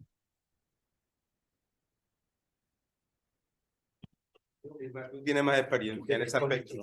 Simplemente te puedo decir las colas que hay para renovar, por ejemplo. La ley de extranjería es una ley bastante dura, porque sí. Y es un avance. Y se ha avanzado, exactamente. Y ya hay una ley de extranjería, que también eso es positivo. Es verdad que habría que aterrizarla más a los sectores y facilitar según qué medida para el tema del abordaje laboral. Creen en Europa que la ley de extranjería va a frenar la inmigración. Equivocados. Si no se trabaja en los países de origen, sobre todo en África, que hipotecan su vida, la gran mayoría no llegan. La gran mayoría no llegan. Pierden su vida, como bien ha relatado Juan Bautista. Y los que llegan tienen una situación diferente y dura. A diferencia de la población latinoamericana, hipotecan su casa, su coche, que se recupera las cosas materiales. No es lo mismo. No es lo mismo. Entonces hay que humanizar más las leyes. Creer que la ley de extranjería va a frenar es una gran equivocación. Ya los que están aquí tenemos que dar una solución. Y la gran mayoría no se quiere quedar ni en Jerez, ni en la provincia de Cádiz, ni en la comunidad de Andalucía. Quieren irse a las grandes ciudades. Más hay anécdotas que cuentan que se quieren ir a Barcelona porque son fan del Barça o a Madrid para ver al Real Madrid. Y la mayoría, España sigue siendo un país de transición. Quieren llegar a Alemania, quieren llegar a países que tengan otra situación económica superior a España. Entonces, yo creo que si ponemos el acento en creer que la ley de extranjería es la que va a frenar, regularizar y controlar la inmigración, equivocada. Yo entré por Baraja con 25 años. La que estaba en el simposium queriendo convencer que era una mala decisión migrar. Yo pensando en los niños, en las niñas, en la familia. ¿Qué ventaja tenía en ese momento? Que yo no tenía ni niño, ni niña, ni novio que me llore. Según los libros dice que es el perfil ideal para migrar. Joven, soltera y sin compromiso. El tema es un tema que no, de momento no hay solución. Y la solución es, como bien dice Anarica, es trabajar allí, en los países de origen. Y cuando los escasos dineros que se ponen para ayuda al desarrollo se están invirtiendo en fortalecer determinados ejércitos con compra de material antidisturbio para evitar que salgan, bueno, pues cada vez se van más para abajo y cada vez salen de más lejos, cada vez vienen, llegan algunos y otros morirán que nadie los contará, nadie sabrá contarlos, ¿no? Y esa es la solución, trabajar en los territorios. Pero los territorios, a su vez, lo que hacemos es explotarlos. Me estoy acordando todo el tiempo de un amigo mío que es un... trabaja en el Congo, es veterinario, algunos lo conoceréis, Alvin, y este cada vez que habla de esas cosas, él está en un sitio que es él habla que es un territorio donde cuidan a los primates y está rodeado por guardias, ¿no? Pero es que allí lo que se fomentan, y se fomentan por intereses capitalistas, ya no vamos a decir Europa, porque muchas veces nos estamos nosotros solo flagelando. Son los chinos, son los rusos, son los americanos o los europeos, enfrentan una tribu contra otra porque mientras que se pelean, ellos sacan de allí el material del coltán principalmente, ¿no? Entonces es un tema muy complicado. Y esos países lo único que tienen mucha fuerza para hacer jóvenes. Con lo cual, la inversión que existe en los países occidentales de que cada vez se tienen menos hijos, los países estos se tienen cada vez más hijos. Con lo cual es algo irremediable y que hay que poner las cosas en su sitio, ¿no? Y para terminar, si no hay otra cosa, no tiene o no tenía cuando yo lo escuché, estas son de las cosas estas que te pasan, una entrevista a Pérez Reverte, y que salió en Hormiguero, no sé si la habéis visto, casi lo he tenido que traducir porque hablaba muy atorrullado, y decía, queremos exportar nuestra filantropía, decir que el árabe, el iraquí o el iraní o el afgano se comporta según nosotros creemos que debe comportarse, es muy peligroso por muchas razones complejas. Dice, a ver si soy capaz de explicarme. Un hombre le pega a su mujer en Afganistán Y le pega por razones históricas, porque siempre ha sido el más fuerte. No necesita ninguna razón para pegarle. Le pega porque le pega, sin más razones. Para que no le peguen hace falta muchas razones. Y nosotros creemos que podemos convencer a los afganos para que no le pegue a su mujer diciéndole es que eso es malo, y eres un machista, eres un chulo. Y eso no es así. Es que hay que meterse en una civilización y una cultura absolutamente diferente a la nuestra.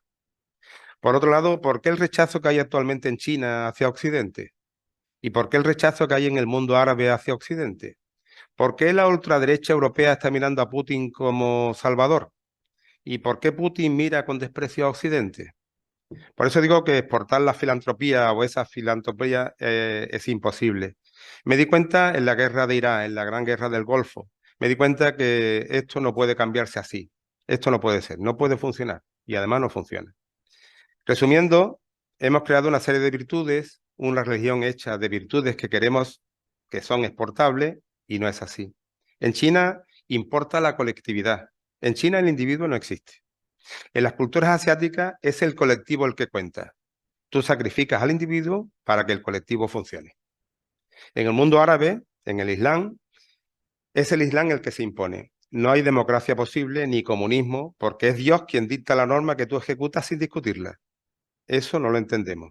Y decimos desde nuestras seguridades, vamos a hacer que los árabes sean demócratas. No, nunca. No lo vamos a conseguir jamás. Hasta que no cambien, pero tú no lo vas a cambiar. Si no lo cambian ellos desde dentro, tú no lo vas a cambiar desde fuera. Por eso es patético ver esos refuerzos, esos esfuerzos, de que somos la virtud universal exportable, cuando en realidad no nos valen ni para nosotros mismos. Se le puede sacar muchas pegas, pero viéndolo, y fue esta semana, no recuerdo si fue el martes, al principio incluso la primera sensación fue de rechazo, pero cuando le metes tiene mucha razón. Con nuestros valores, con nuestra manera de entender, vamos a colonizar. El tiempo aquel de misiones que íbamos a salvar el mundo porque íbamos a descubrir a Cristo al resto de los infieles, ya ha pasado. Y realmente cuando alguien va de misiones, como entendemos desde la Iglesia, lo que vas a convivir con aquellas personas, a sufrir con aquellas personas, a ayudar a aquellas personas, pero desde el punto de vista y la acción de aquellas personas, no exportando nuestras propias realidades que muchas veces son puro espejismo. No sé cómo lo veis vosotros. Bueno, pues yo creo la hora ya no son -10. Sí, quiero terminar con el Imagine de John Lennon, ¿no? Una de las frases que dice, puedo decir que soy un soñador, pero no soy el único. Espero que algún día te unas a nosotros y el mundo vivirá como uno. Yo creo que por lo menos que no nos falte la esperanza. Muchas gracias a todos vosotros y gracias a vosotros.